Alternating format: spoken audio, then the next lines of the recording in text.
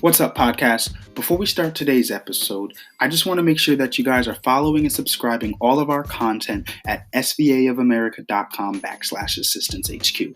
There you can find all of the latest and greatest content, podcasts, articles, and so much more. The link's going to be in the description, so make sure you don't ever miss a piece of content. It's a whole lot of assistance going on. And now, a moment from our sponsor. Welcome back, Ramblers, to another wonderful episode of The Ramblings. I'm your host, Angelo Roberts, and as normal, you guys are in for another amazing episode. And the only reason I like to lead off with that you guys are in for another amazing episode is because my goal is to have this episode be better, or at least bring you more value than the last episode. Something new. I won't even say better. I won't even say more. But just another one, just like DJ Khaled says, another one. So we're back to normal schedule things. It's 6:41 in the morning, and it feels absolutely amazing to be fully functioning and ready to go. So I've been up since 5 o'clock officially, 5:10, I think, maybe 5:05. So today's been a pretty active day. I'm anticipating this week to be a great week. I am putting my pedal, I I am putting my pedal to the metal. I am going hard. Like, I've seen a lot of increase in my podcast, especially since the Toshima episode interview. She blew it out the water. That great interview, great streaming numbers, makes you feel good. And I like to take pride in the small things. One stream, one listen, one view, one comment. I think that is the most important number when you are starting out as a YouTuber, as an artist, as a podcaster, as a business owner, as whatever you do. I think the most important number is one. And until the number one loses value, and not monetary value, but emotional value, the emotions behind completing a sale need to dissipate at some point. At some point, when you go through the client process, as I do, at some point, completing the client process is now an expectation instead of something that is an excitable point. So when you first start out in business, every single client you get is extremely important. And every single client you get after that, and maintaining, no matter how big your business is, every client is important. However, there are still levels of priorities in any business. And so as you continue to grow, those priorities shift. So you may have taken a discount, early in your career. You may have taken discounted work. And now that you have, air quotes, perfected your craft, you're charging more. Or even if you're not charging more, you're not accepting any discounts. You're not going to shave the price off. And so someone might come to you and say, listen, I can do your shaved price if you shave the price off of me. At some point, you have to get to a level of, okay, I'm not going to shave that price. It's not worth it for me. Now, if you have a product or something like that, I always implore you that if someone approaches you personally and says, listen, I like your product or service, and I can't afford it. If you are in position to do so, I am a full believer in giving them your product for free or your service, 100%. If you were walking, right? If you owned sold pens, right? This is a nice pen. I don't know where I got the pen from. I probably nipped it off my dad or something like that, or from school. But you see this pen? This is a nice pen. If I had this pen and wanted to sell this pen, nice pen, costs $10 for a pen, right? So I'm going to sell this pen for $10. However, if I am making good money selling these $10 pens, and someone comes up to me and says, listen, man, I really want one of your pens. And it doesn't have to be that exact kind of situation, but please use your your context clues, because a lot of you love to take things out of context. And that is what irks me. Like, as I grow, I think one of the things I will have to do is learn restraint, because the truth is not everything needs a response. Because I can very much see myself, during my time of my peak. I'm not going to say fame, because I may not get fame, but if I have a small following that knows me, and I say there is call for media attention for certain items that or certain actions that I do, right? Don't twist what I say or do, because that blows a gasket in my system for some reason. Like, if you tell me that I did something that I didn't do, or try to make it seem like I said something that I didn't say, that really blows my mind, because it will irk like it really makes me just want to go off and speak and say things. So, and I can articulate myself pretty well when I'm upset. So it wouldn't be a cake show. No, no, no sir. No sir. No sir. So you just you just have to be a visionary. You have to have a vision for your business.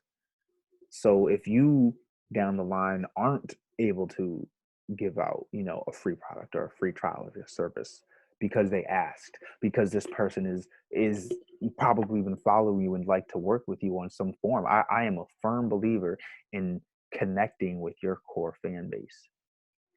And it just has to do with evolving your business and you and yourself as a person. You feel me? So you have to be a visionary for yourself and for your business, because one, your business doesn't think by itself. You can put in processes and systems so it can automate itself and run solo, independently from you. However, it cannot make decision. It has to have somebody at the helm making decisions. So as a business owner, not necessarily an entrepreneur, because an entrepreneur is someone who we're going to classify like anyone is a hustler, someone that hustles for their money. It doesn't matter what you're doing. A business owner, someone that owns a business. So as a business owner, speaking to the people that own businesses, and not only to just business owners, but to the big office managers, the independent office leaders, those people very close like to being a CEO. When you're the head of your own particular office, or you're the partner in this office of this city, those carry CEO like leadership responsibilities. So you have to be a visionary, you have to be patient, dedicated. And I think for new business owners, one of the most important things that comes with being a visionary is sculpting that vision as an either a new entrepreneur or a young entrepreneur, business owner alike, whatever, professional. And the reason I say young or new is because new refers to age, not matter. Young refers to youth. So in the youth of being an entrepreneur, go out and find as many different things, tap into as many different sources, as many different outlets, to as many different um anything that you can tap into it. You have to, in order to be successful, and this is for new entrepreneurs as well as young entrepreneurs, because welcome welcome to this game that is the life of an entrepreneur. you know when people think of an artist and they think of the struggles it takes to be an artist, where basically the image of being an artist or a starving artist is that your parents don't agree with what you do, but it's your passion. So you want to pursue your passion, and you are willing to couch surf, sleep from house to house, stay in a shelter, live in a car, do whatever it means to live and follow your dream, because you have the time and you understand, I can do this right now. I'm not going to care what people think. That's why you don't mind couch surfing and living out of your car or traveling on a bus, and everything, because you want your dream that bad. There's nothing wrong with that. and you don't care about what other people think, which is you already have a start if that's the case. If you are someone that's an artist and you are living on your own, making your own way, working bummy jobs, living out of your car, homeless, traveling, whatever it is that you are doing to live your dream, you are already a leg up because you are doing it because one, it didn't hold you back. The judgment from other people didn't hold you back. Now, that's not to say everybody had to have that, you know, obstacle. Some people may be doing what they want because they have the support to do what they want, and that is completely fine as well. And if you're in that position, if you're doing what you want and what you love to do because you have people that support that, regardless of whatever the circumstances that were happening beforehand, then you're in luck for that. That is a privilege. And I want to do a podcast episode on privilege because I don't think enough people realize what privilege really is because everybody has privilege. We as Black people refer to white privilege all the time because it's true, it's there. However, when you're looking at your own personal life and you're saying, well, you didn't get somewhere because someone else has white privilege, I can look at you and say you're wrong. You did not get there because it's not because of the white privilege or racism in that particular sense, but because you didn't have what it took to overcome. Now it's going to sound absolutely wild, absolutely preposterous, absolutely mind-blowing after I say this, but you have to I want you to really pause and understand what I'm trying to say and what in the words that I'm articulating on this podcast right now. You did not have what it takes to overcome. If you understand what systematic oppression is and how we are systematically oppressed, and the understanding that there are ways to one, break the system, change, or make it out. There are ways to make it out because we have seen ways to make it out. You have to overcome. That is why the words to a song are "We shall overcome."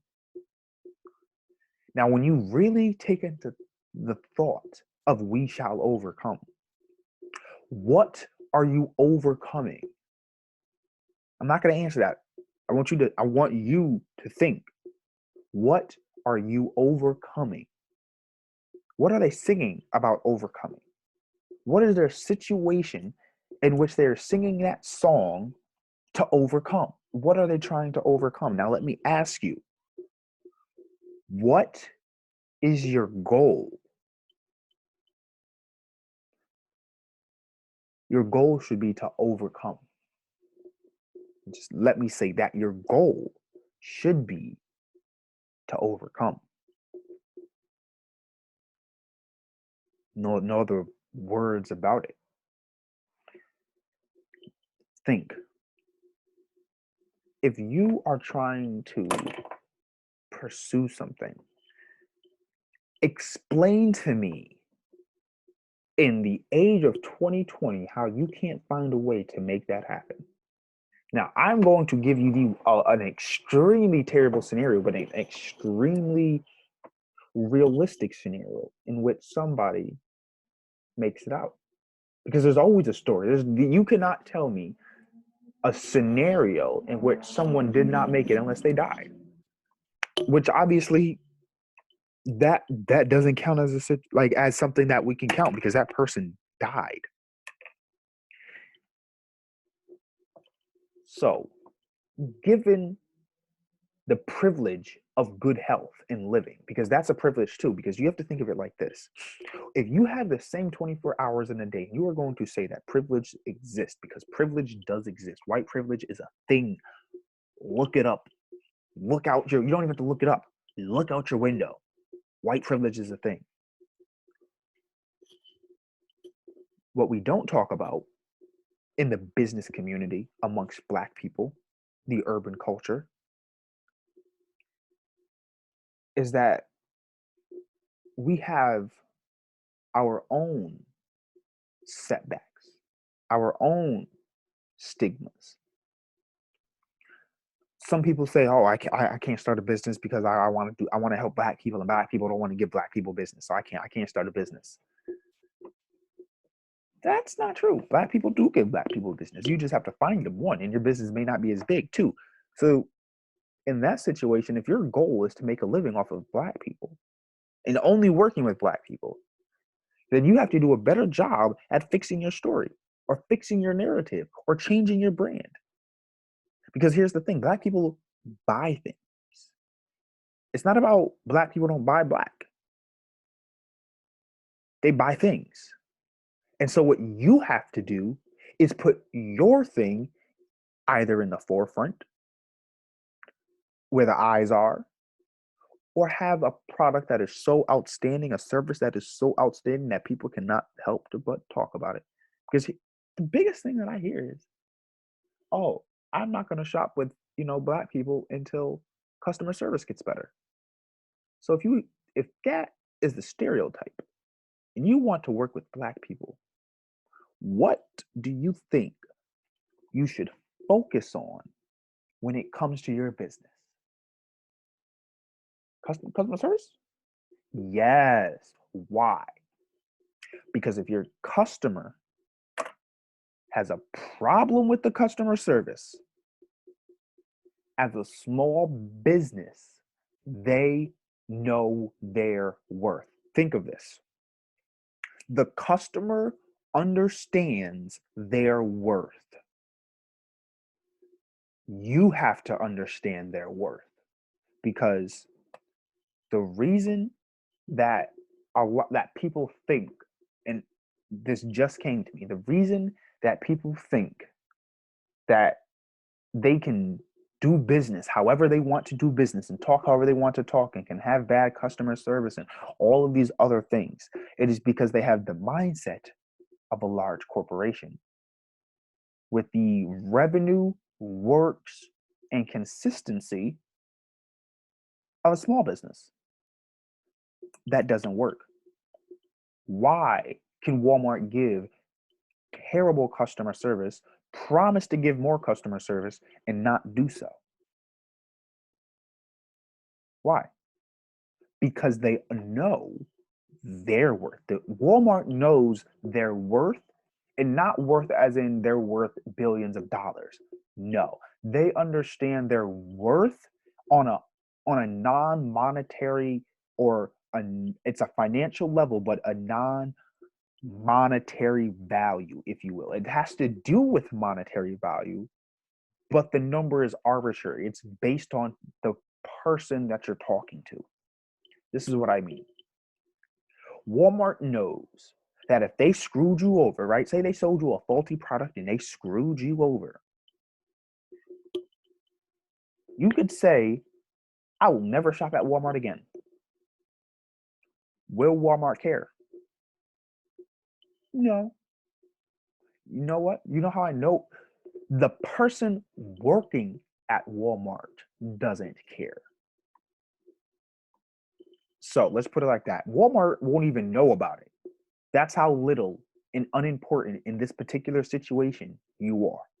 Walmart won't even bat an eye because they won't know about it. Like they won't know.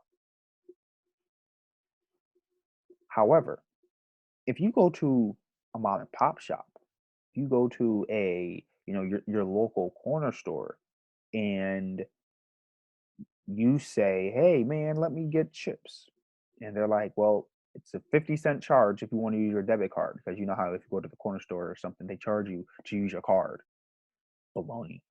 Anyway, so you might say, "Oh, whoa, I don't want to pay 50 cents for this. I can go across the street to, Stop and Shop and pay an extra 10 cents for the item, but I can use my card and not have to worry about it. So I still save 40 cents from you."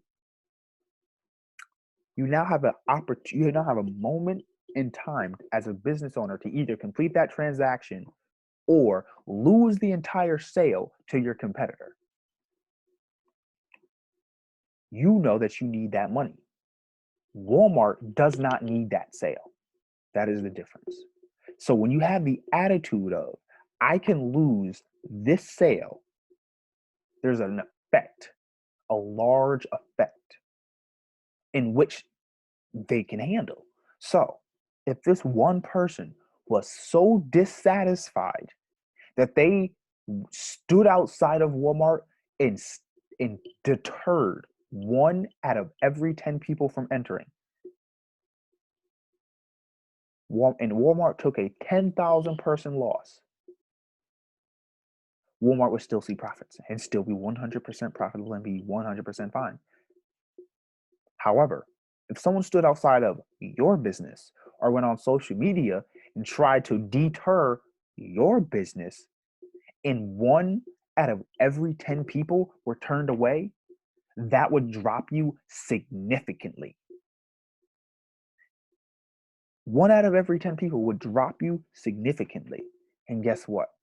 That's to say for even getting 1 out of 10. Feel me?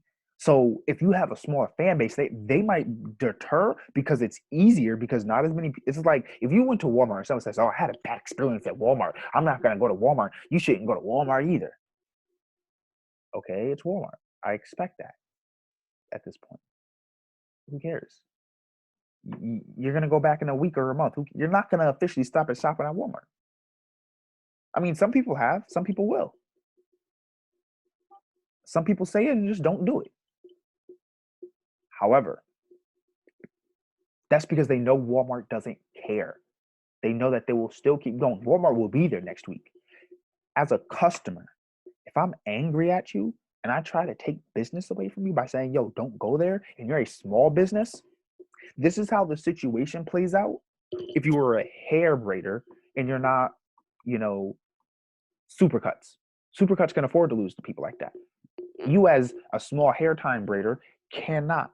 So if someone deterred your clients from you, your name would plummet so fast because someone said, "Oh, I got my hair done and they gave me bad customer service." Guess what? That person will not hit you up now.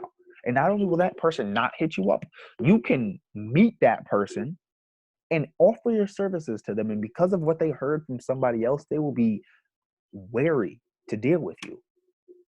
So you have to understand the worth of your customer, but you have to understand the worth of yourself, which is why I said Walmart understands their worth, which is why they don't care about certain customers. They're saying, "Oh, I'm not going to shop there." That's fine. Walmart knows their worth. Walmart knows that as much as you can hate me, you need me. Think about that. Where do most people go shopping and why? You can go to Stop and Shop is around the corner from my house. Why would I prefer to go to Walmart?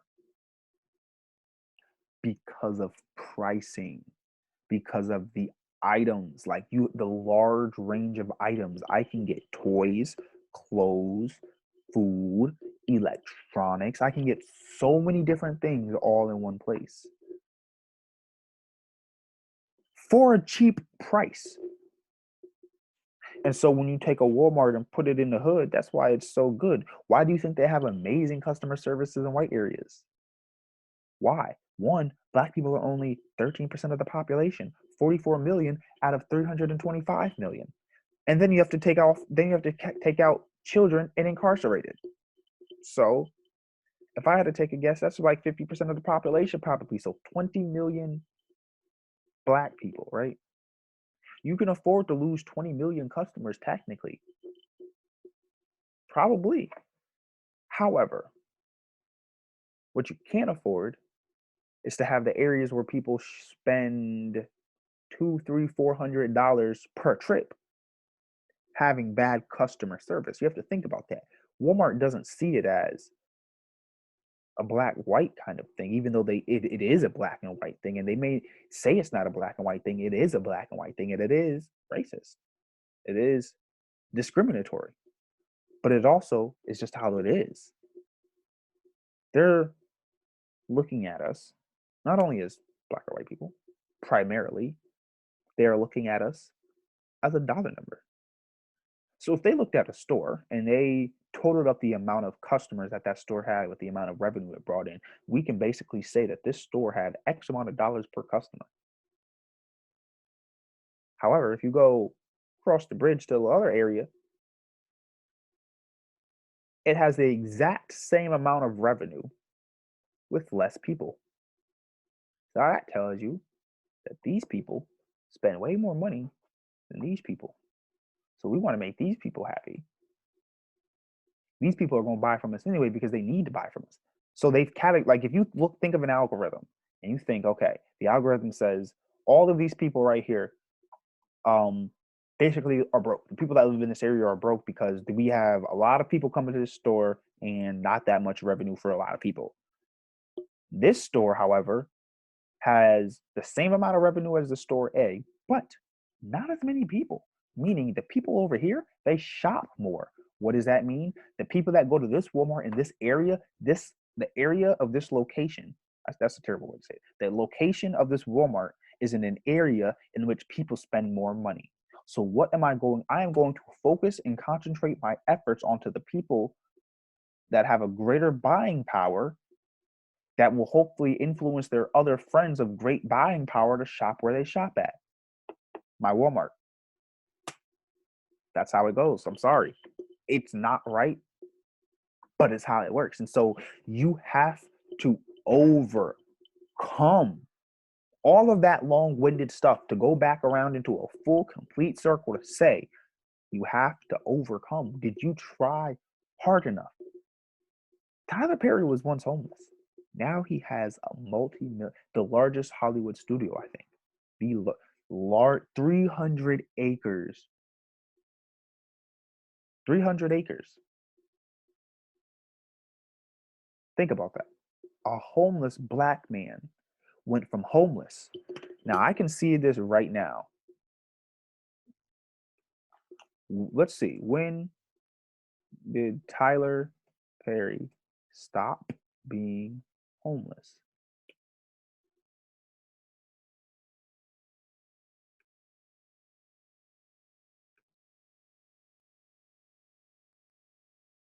Three months.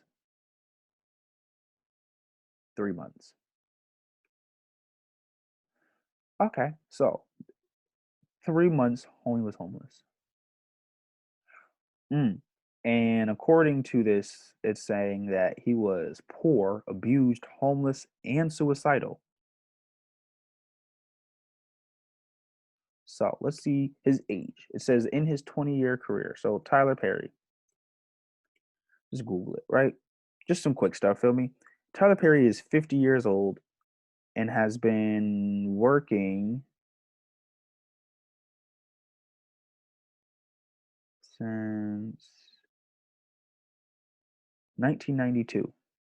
So he was born in 1969. So from 1969 to 79, 89, and some of 99, I think. No.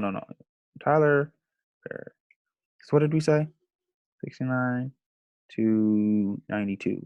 So yeah, 69, 79. So 79, 89 is 20. So 22 years. So if I went right now homeless for 3 months and then I had to start working, think about that. So basically, 22 years of your life can be messed up, and then you can continue on working for the next 20. So think of it like this. If you had an average normal 20 years, and then at the age of 20, say you got into some serious mess, right? Drugs. And then you did drugs for 10 years. And now you're 30, right? And then you get your stuff together and then you start your Tyler Perry path. And then you achieve the same amount of success as Tyler Perry did. So, I mean, yeah, if you think about it, he's been active since 1992. He was 22, which means he was homeless for 3 months. I mean, he probably started at like 30. Who knows? Like that when he really, really got started, because he started doing live plays. So all I'm saying is you have to overcome.